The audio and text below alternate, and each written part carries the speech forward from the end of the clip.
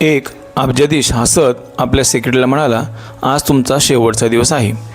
तुम्ही माझ्यासोबत इतकी वर्ष प्रामाणिकपणे काम केलं म्हणून मी तुम्हाला काही कोटी रुपये द्यायचं ठरवलं आहे. सेक्रेटरी नम्रपणे म्हणाल्या, सर त्याची गरज नाही, कारण माझ्याकडे आधीच काही कोटी आहेत. अब्जाधीश चकित होतो. अरे काय, तू करोडपती आहेस, पण तू फक्त 40-50 हजार कमवत होतीस. सेक्रेटरी शांत हसत म्हणाल्या, हो सर, पण मी तुमच्या प्रत्येक मीटिंगमध्ये शिकत गेले.